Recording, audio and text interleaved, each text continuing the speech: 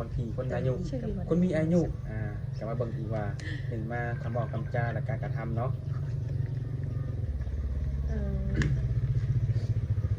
เป็นส่วนมาดนระบบตั้งแต่อันคุยเรื่องมากะอาทิตย์หนึ่งแล้วแสดงว่ายังบ่ทันโลนเนาะเปิดภาพมากับพบพอกับผู้สาวเพิ่นเนาะสาวสำนวนเพิ่นโดยสบายดีน้องล่ะสบายดีโดยสบายดีเนาะทางเฮาก็บ่ได้มาหาน้องเพิ่นก็โดนนานเนาะเพราะมันเป็นเดือน2 เดือนผู้บ่น่าสิทำนองนี่เนาะประมาณนั้นตั้งแต่เปิดใจเนาะน้องหลานเนาะก็มาอัปเดตอยู่เทื่อนึงเนาะหลังจากนั้นก็บ่ได้มาหาอีกเลยก็คือทั้งน้องแก้วตาเนาะปัจจุบันนี่เป็นอะไรสถานะหัวใจน้องล่ะโสดคือเก่าคิดว่ามีแฟนนะโสดคือเก่าบอกคือว่าโสดเนาะเปิดใจไปบ่มีผลยังไงบ่แบบก็มียุคนลงเริ่มได้เข้ากระหายไปคือเก่าในการบอกแบบว่าในการที่เขาหายไปทั้งน้องมีเวลาลมน้ำฝนอยู่บ่มีตอบตลอดอย่างว่าทั้งน้องบ่มีเวลาแล้วเป็นไปหาลมทุกไหมใช่ไหมก็คือเรามีเวลาลมอยู่เนาะการแสดงว่าอย่างไรเชิญมาโมเมนต์เนื้อคู่กันแล้วกันเนาะโดยแล้วเป็นอย่างไรมันนี่ชียุดบอมหรือว่าชีเปิดใจต่อไปอีกเปิดใจต่อไปอีกเนาะหรือว่าชีได้เจออีกเรามีกันเนาะคือน้องบอกคลิปในมันนี่ถ้าเกิดว่าผู้บ่าวเนาะชีวิตผู้บ่าวกับแม่หรือว่านุ่มโซนแบบคนมีอายุหลายนี่นะชีตั้งประมาณสัก65นี่นะที่เขามาจีบน้องสีได้ลมก็เปิดอยู่บ่การลมบ่กล้าลมอยู่ลมได้อยู่บ่ถ้าเกิดไว้เอาเป็นเนื้อคู่ได้บ่ประมาณนี้ก็พอได้อยู่มันบ่อันนี้เขาถามเพื่อว่าความใจและความในใจเนาะกันว่าได้แต่ว่าได้ก็ได้ก็บ่เป็นอย่างเนาะก็คือน้องนี่ได้อยู่เนาะก็ลองคุยมันก่อนเนาะบางทีคนอายุคนมีอายุแต่ว่าบางทีว่าหนึ่งมาคำบอกคำจาและการกระทำเนาะ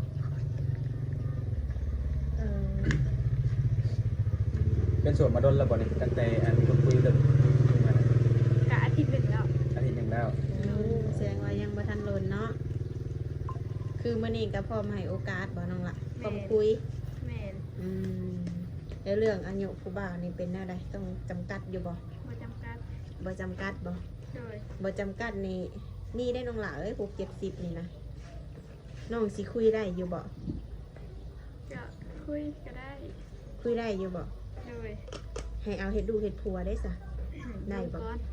เบิ่งก่อนบ่คือคุยกับผู้เฒ่านี่แน่นอนเนาะเพิ่นอาจจะมักฮักเฮาอดีก็มีเนาะแต่ว่าคือทั้งน้องนี่ก็ถามว่าสิเอาไล่บ่นี่ก็ขึ้นอยู่กับในอนาคตเนาะ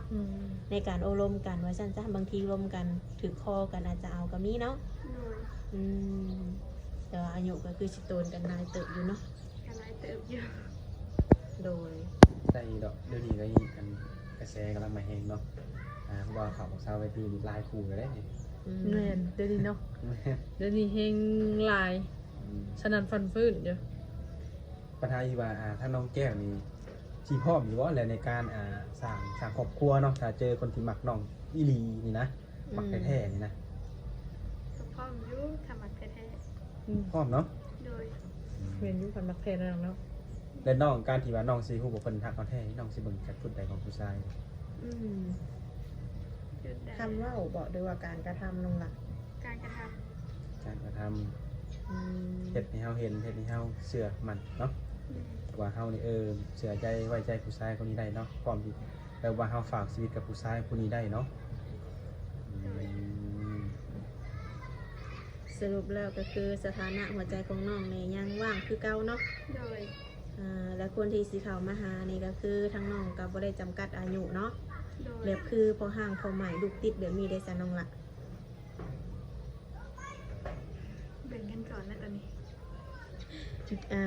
ถามจากใจน้องหมักอยู่บ่คนที่แบบมีอดีตหรือว่ามีลูก1 ลูก 2มาก่อนนี่ฮะนะก็เพราะหมักอยู่แต่เห็นให้หมักไง โอ้ถ้าเฮ็ดให้มากกว่า เฮ็ดใดๆว่าเนาะเฮ็ดใดๆว่าสิ เราก็มีเหตุผลของเราเนาะก็เฮ็ดให้มักก็ เอาแน่นอน เนาะ แหละแน่นอนเลย อืม อันนี้คือความจริงเนาะ แม่น เฮ็ดให้หมักเฮ็ดให้สร้างก็สร้างเนาะ แม่น มันก็ต้องแบบนี้แหละคนเฮาทุกคนบ่ว่าใครก็คือกัน แต่จะฮู้ว่าต้องเฮ็ดอะไรอืม น้องจังสิมักเอ้า หากก็ใส่ใจลองเบิ่งดู ใส่ใจต้องเบิ่งบ่ ใส่ใจอย่างเดียวบ่ แบบใดน้องละในการใส่ใจของน้องมันมีหลายรูปแบบได้ กระทามีสังมียานี่แหละ ถามไทย แม่ เรียกว่าหาเป็นอยู่แต่ละมื้อ แม่ แล้วก็แบบดูแลเฮาแบบนี้บ่ แม่แม่ อืม แบบว่าเรียกว่าจังไดใส่ใจเนาะคอยถามเฮาว่าเป็นจังใดมื้อนี้กินข้าวกำลังไปใส่อยู่จังใดแบบนี้แม่นบ่ อืมหรือว่ามีเงินมีคำใส่บ่แบบนี้บ่ ก็ได้อยู่ด้วยนะ ก็แล้วแต่คนเลยเนาะแล้วแต่เพิ่นได้ตัวนี้ แน่นก็คือแต่ว่าทางน้องนี่ก็บ่ได้ว่าปิดกั้นเนาะก็ แม่ ยังมีสิทธิ์อยู่เนาะ โดย สำหรับคนที่ว่าเคยมีลูกมีเมียมาก่อนเนาะเดี๋ยวคือทั้งน้องแก้วตาก็เป็นผู้เจบผู้งามแบบนี้น้องละน้องต้องแบบจำกัดบ่ต้องเอาแต่คนรออหย่างแบบนี้ค่ะนะ บริจำกัด อืม บ่หลอกก็มักบ่ กำมักอยู่ถ้าเห็นให้มากแค่นั้น คืออย่าง ก็ เดียว มี เนาะ ได้เนาะ เฮ็ดให้มักเจ้าสิรอบ่รอก็ยากแต่ต้องแต่เฮ็ดไม่ค่อยมัก อืม เฮ็ดไม่ค่อยแบบผู้เฮ็ดแล้วแบบหวั่นไหวผู้ชายคนนี้เบื่อตรงสเปคประมาณนี้เนาะ เลยคือคนคุยที่ผ่านมาของน้องนี่นะมีอยู่บ่สักคนที่เฮ็ดให้น้องแก้วตารู้สึกว่าหวันไหวแล้วกับถึกสตาค่ะนะ ก็มีอยู่ มีบ่ แม่น แต่ว่าตอนนี้ยังคุยอยู่บ่ บ่ยาแล้ว ยา เสีย แล้ ดายว อยู่บ่ บ่เสียดายปานใด เสียดายปานใด เป็นแนวใด เอาเข้าไปเจอคนที่ดีกว่ากันดีใจเนาะ เออ น้องว่าถึกแล้ว โอ้ ถ้าเข้าต่อยเข้าหักมักกันถามไปกับบรเขาก็ต้องปล่อยวางแม่นบ่เลย แม่น ถ้าเขาเป็นคนดีๆเขาก็ยินดีกับเขาแม่นบ่เลยเนาะ โดย แบบว่าคือเฮานี่สิมักเขาสบายกันแล้วแต่เนาะ แม่น แต่เขาบ่มักเฮาเนาะ แม่น เขาเป็นคนอื่นแบบสำคัญกว่าเฮาก็ปล่อยเขาไปเฮาจังบ่เจ็บซ้ำเนาะ แม่น คือผู้ชายคนนี้นะคือทั้งน้องแก้วตารู้สึกว่าถึกสตาเนาะ โดย รมกันกับเพื่อนนี่ลนบ่ โอ้2 เดือนผู้ใด โอ้ความผูกพันก็อาจจะมีอยู่เนาะ โดย เดี๋ยวเพื่อนได้บอกว่าจะน้องละสาเหตุที่ว่า บ่ได้บอกบ่ได้ตอบฮอดเสร็จไปก็บ่ตอบ โอ้ คือน้องนี่ทักหาเพิ่นแล้วแม่นบ่ทักหาอยู่เนาะแต่ว่าเพิ่นบ่อ่านบ่ตอบแม่นบ่ อืม ให้เขาคิดน้องคิดว่าเพิ่นมีผู้ใหม่ ก็ประมาณนั้นว่าเพิ่นก็อยากออกจากได้อยากออกจากน้องหลายเทื่อแล้ว โอ้ อ๋อ อืม หนุ่มทางนั้นล่ะปูน้องคุยว่าหนุ่มไทยโอ้ อยากออกจากน้องภายเถื่อแล้วมันเป็นจังไดเนาะแบบเพิ่นเจอคนแบบคนงามกว่าคนดีกว่าหรือว่าใดๆเนี่ย ประมาณนั้นแล้วว่า อืมหรือว่าน้องให้เพิ่นดุให้เพิ่นเก่งบ่ บ่เคยให้ บ่เคยให้เนาะ โดย ไปชาเนาะหรือว่าอะไรเนี่ยครูเฮามันก็บังคับใครบ่ได้เนาะ อืม ก็ตามนั่นแหละทุกคนเนาะเป็นน้องคนก็ว่าแหละเจอคนที่น้องมัก แต่ว่าผู้ชายคนนั้นเพิ่นบ่มักน้องเนาะก็มีแหละความหักเนาะมันจะกลับกันแบบนี้แหละจากหาคนที่เฮาแบบเฮามักเพิ่นมักเฮานี่มันก็ยากแน่จักหน่อย ก็ต้องใช้เวลาจักหน่อยเนาะ แม่นอยู่ บ่แน่รอบนี้เนาะอาจจะสมหวังก็ได้รอบนี้ อืมโดย คือคนที่น้องลม2 เดือนกว่าเนี่ยเห็นหน้าเห็นตาเพิ่นเรียบร้อยบ่ เห็นได้ในโทรศัพท์นั่นล่ะ หูบ่อายุเพิ่นเท่าไหร่ ประมาณ30-40นี่ล่ะ ถือว่าอายุเพิ่นนี่ยังบ่ได้เนาะ โอ้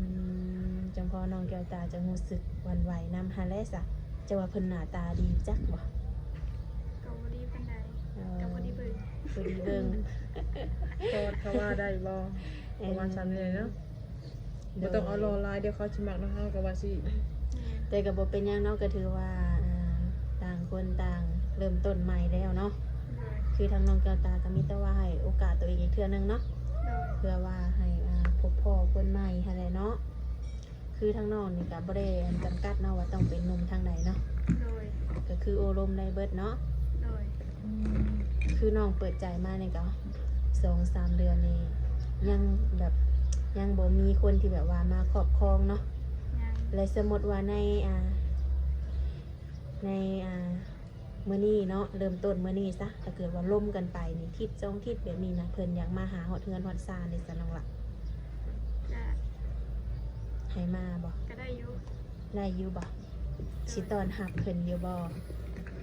ก็ตามหับอยู่แหละ นะครับแบบว่าทางเขาตุ๊บปิดประตูตึ้ม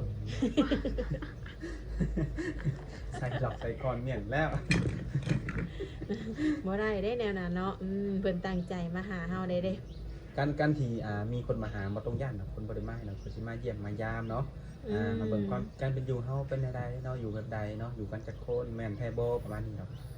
บ่คิดได้ว่าเพิ่นสิมาแล้วเพิ่นสิเอาเฮาไปอยู่นำบ่แม่นหรอกนะหลายคนย่านแบบนี้หลายคนน่ะแบบมาแล้วบัดเมื่อเอาเมื่อนำหั่นนะบ่แม่นเนาะมาเยี่ยมมายามซื่อ ดูคือมื้อนี้ทางน้องอยู่เฮือนกับไผซะน้องล่ะ ผู้เดียว พ่อแม่ไปไส แม่ไปอันนั้นปัวขอกลับไปนำแม่ เพิ่นเป็นหยังน้องล่ะ บ่สบาย เพิ่นบ่สบายบ่เป็นมาลนแล้ว ก็ได้ทิศตายแล้วทีนึงแล้ว อืม ๆแม่บ่สบายไปหาหมอบ่ บ่ได้ไป มีแต่ว่าไปรักษาแบบหมอเอิ้นหมอเอง หมอพื้นเมืองบ่แม่นบ่เจ้าห้องใดๆเป็นอะไรอาการของตัวนี้ดีขึ้นแล้วบ่ ช่วยเลย ดีแล้ว เพียงแต่ว่าเพิ่นยังบ่ให้มาเฮือนบ่นอนได้ ยังบ่ให้แม่เฮือนเซ คือเพิ่นไปนอนอยู่พุ่นเลยบ่น้องล่ะ บ่ไปนอนรักษาสิรักษาอะไรก็มา อืม เศร้ากับคัก โดยก็ถือว่าทางน้องนี่อยู่เฮือนเนาะเบิ่งเฮือนเบิ่งซ่านถากพ่อแม่บ่ มือเถื่อก็ไปน้ำเพิ่นอันนี้หาก็มา โอ้คือมื้อนี้ก็สิไปอยู่ว่ามื้อนี้ ไป ตอนแรงก็มาบ่ ไปน่ะนอนแล้วก็ตอนเช้าก็มา โอ้ มือเถื่อกัน7 โมงก็ขับรถไป 7:00 7:00หยัง ชื่อนี่ล่ะ 7 โมงแรง 7:00แรงปะน้องบ่ย่านบ่ไกลเติบเลยนี่ กับบุริยานบันได ไปกับไผ ผู้เดียว เดี๋ยว โอ้เก่งเติบเลยนี่เนาะไปเรื่อยแล้วมันบ่ แม่ ไปเรื่อยแล้วเนาะเส้นทางก็บ่ได้เปรียวปานใดติบ่ บ่ ธรรมดาบ่โดยมีทางติดต่อแนวใดยังดินลายอันเก่าอยู่บ่ โดยดินมันเก่า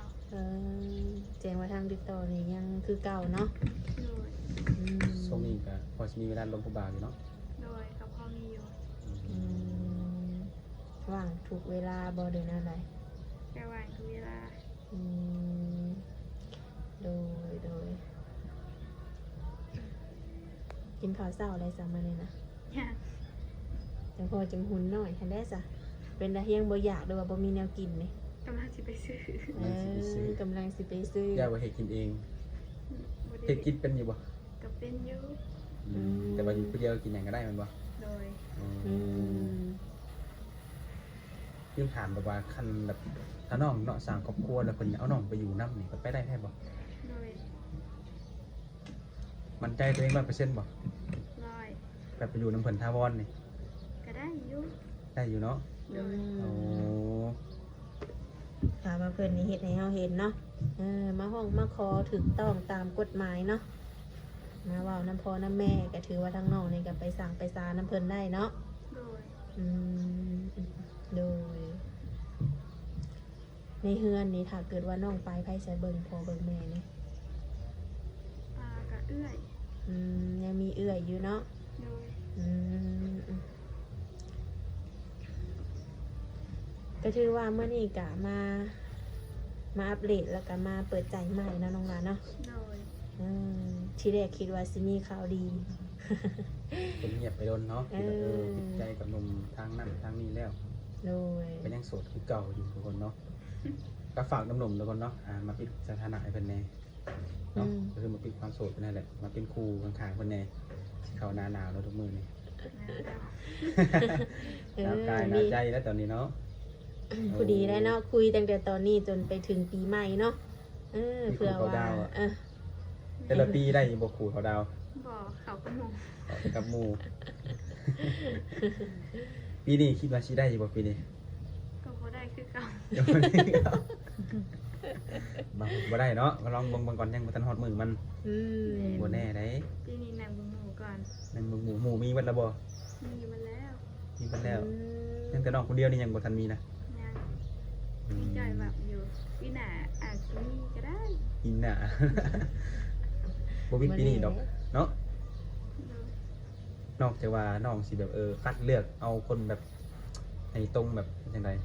ตามใจเด็กมักแท้มักหวานแบบคัดเลือกได้เลยคักแน่น่าจังสิเอามาเป็นแฟนนี่ก็คือสิหายากอยู่แบบนั้น โดย ผู้ชายนี่แบบน้องมักเห็นแล้วมักที่สุดแบบต้องเป็นคนแบบใดนิสัยแบบใดมา การนิสัยเป็นว่าการนิสัยดี นิสัยดี บอกขอแบบนิสัยดีได้บ่สักขอ2ขอต้องเฮ็ดในใดแบบใดต้องเป็นแบบใดจังว่าเฮาจังว่าดีนี่นะ อืม ก็ใส่ใจ ใส่ใจอย่างเดียว ใส่ อืม ใส่ใจถามไทยอืมอันนี้ก็คือหาว่าเพิ่นเฮ็ดซัมนี่นี่ก็ถือว่ามักบ่น้องล่ะ การรู้สึกว่าเพิ่นใส่ใจดีหั้นนะ อืม เฮาแล้วรู้สึกว่ามักเพิ่นม่วนเพิ่นน้องรู้สึกว่าเฮา มันก็สิกลับกันเนาะถ้าเพิ่นบ่มักบ่แพงเฮานี่เพิ่นก็บ่มาใส่ใจเฮาดอก อืม มาถามอีก คือผู้ชายที่น้องเคยลมมาเพิ่นไปเห็นบ่เพิ่นบ่ถามบ่ไทยบ่ทักเงียบไปเลยนั่นแหละบางทีเพิ่นบ่มักเฮา คนที่มักเฮามันก็คอยถามเช้าถามเที่ยงถามแรงถามเนาะนี่แหละคือน้องมีน้องมักแบบซี่กันเนาะ โดยเดี๋ยวนะถามลูกแบบเบื่ออ้ายนี่คือถามมัน จุกจิกจูจี้ได้ว่าสิบ่มีบ่แบบนั้นนะ บ่ อืม อ่ะจังไดทีมงานเนาะทั้งน้องเพิ่นก็ยังบ่ทันได้กินข้าวกินน้ำเนาะ อืม ก็มีแต่ว่าขอโจไว้เพียงซ้ำนี่นะน้องหลานเนาะให้พบพ่อเนื้อคู่หั่นแหละรอบนี้เนาะได้มีสู่มีแฟนทันปีใหม่ ในสมหักสมหวังนะลงท้ายนี่กันเนาะ โดย เอาไว้พบพ่อกันในคลิปหน้าเด้อน้องหลานเด้อเพื่อมีอีหยังเพิ่มเติมทางทีมงานเฮาก็สิได้มาหาใหม่เนาะ แม่ โดยอ่ะสบายดีน้องหละ โดยสบายดี